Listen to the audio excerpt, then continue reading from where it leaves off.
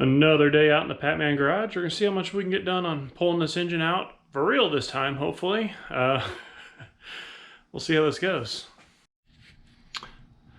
So I was a little confused when I started working on this fuel system. I've got a line running to the back of the truck on this side, and I have a line running up underneath the regulator. And thought it was a little strange. Typically you have on a normal vehicle, you have the regulator mounted basically right next to the fuel rail, which is great.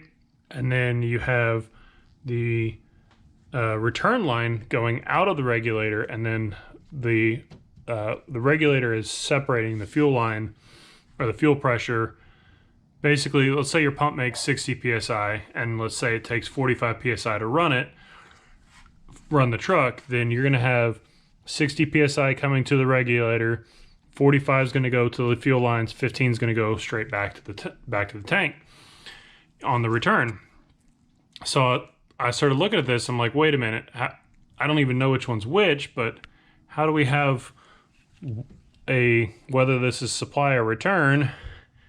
How is the fuel rail and the regulator in the center of the system? That doesn't make a whole lot of sense to me. Well, it turns out after doing some research that this is a 4L2 fuel system. And after doing some research, found out that this is the supply line coming from the tank, from the pressure, and it's designed to go through the rails, and then whatever's left over is then hit on the regulator. It still seems a little weird to me, but that's actually what Ford recommends on their website. And I will stick some little overlays on top of the screen right now. I guess it's because of how much fuel this thing uses that if you had the regulator first, then you could actually starve the fuel system if you went wide open throttle. So interesting setup. I've never seen one like it before, but that learned something new. Well, let's try this again. Another day attempt at getting this out. I've got the lower intake loose. I'm gonna have to drop my front chain so I can slide it out the front. But we're gonna pull the intake, see if we can lower the engine leveler lower, and maybe that'll give us enough room height-wise onto the firewall. And if that's successful, then we're going to see if we're going to be successful about pulling the engine up with the long tube still attached. Fingers crossed that that'll work, but we'll see. Ready to try this again. So I've got the chain set up, ready to start lifting on it. I figured worst case scenario, if I can't get it all the way out with the long tubes attached, at least I can get it up high enough where I can get to all the bolts. May not be ideal, but that's what happens when you play with modified vehicles. Let's give it a shot. Well, this may be a better example of how tight things are going to be coming out. So my crank pulley is basically right up against my condenser. I haven't even started to begin to clear back here.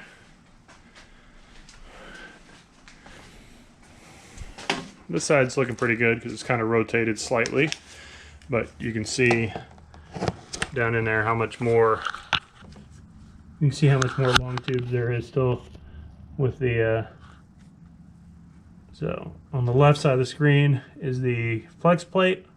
You see how much more long tubes there is, so that's why we have to pull them.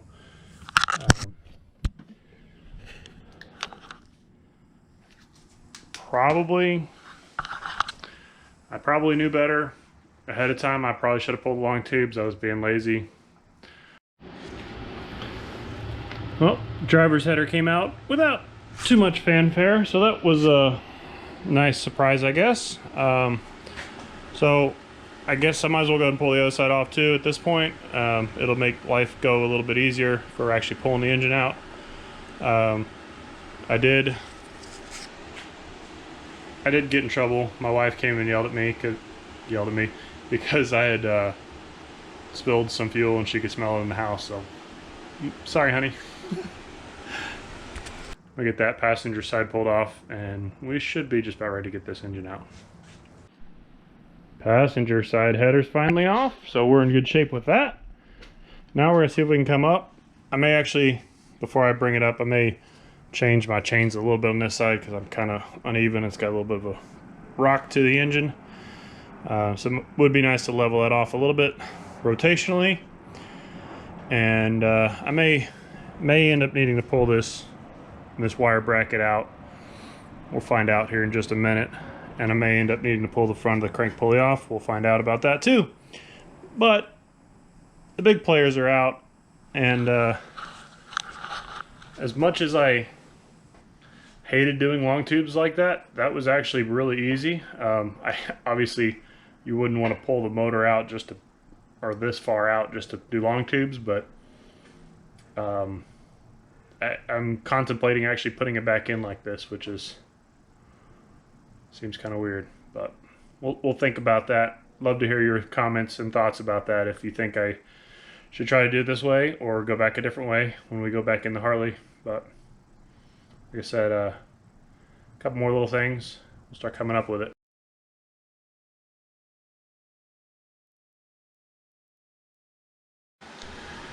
Kind of wish I had a time lapse just of that. My goodness, that harmonic balancer is right on the condenser, and we're just gonna barely clear the firewall, it looks like, or the wiper cowl.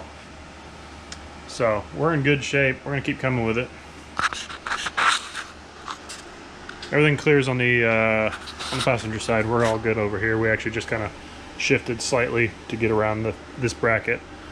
So as long as we keep clearing the harmonic balancer and we're just shaving right on that condenser, we're gonna keep going, get it right on out. And I'm making just the biggest mess you can imagine of coolant down here. That's pretty much the whole time I've been lifting it. It's been pouring out of the front of the water neck. So yeah, that's fun. It's everywhere. It's a big mess, but so I'm right on the lip of the condenser. Need to clear it over the firewall, and my back bolt just cleared, so I'm actually going to shift slightly to the rear so I can get the front out from around the harmonic balancer. And then somehow we need to get another, looks like about another foot of lift out of this thing. We're going to be cutting it kind of close on height. So we may, once we get the harmonic balancer cleared, we may end up bringing the truck back down to the ground because it is on jack stands right now. But we're getting there. We're just squeezing. So I don't know that I actually completely maxed out the jack, but it sure feels like we're getting pretty close. And just eyeballing, you know, how much space we have out of the ram and how much room we have at the bottom, it's got to be basically there. I have about another 3 or 4 inches to go to get the oil pan to clear over the top of the radiator support, but we're in good shape. I don't have to worry about anything hanging out up here, and I'm going to go ahead and clear out stuff underneath the truck, and then we'll bring it back down to the ground, and then we should be ready to go ahead and roll this engine out. We should be ready to roll the engine out, and there's more coolant coming out the other side. Oh man. If you make a mess, make a big one, right? So it doesn't look like it, but the truck is back on the ground without the front end, without all this heavy drivetrain stuff in the truck. It's sitting up a little higher on the front end. So we're gonna see if we can clear now. We're gonna be really tight. Looks like we might make it. Got about maybe another 1/2 inch or maybe an inch to go. So we'll give it hell and see what happens. Obviously that worked out, and I got to get this turned and coming out into the openness. So I may just release the parking brake and roll the truck back a little bit, and then that'll give me a little more room to work.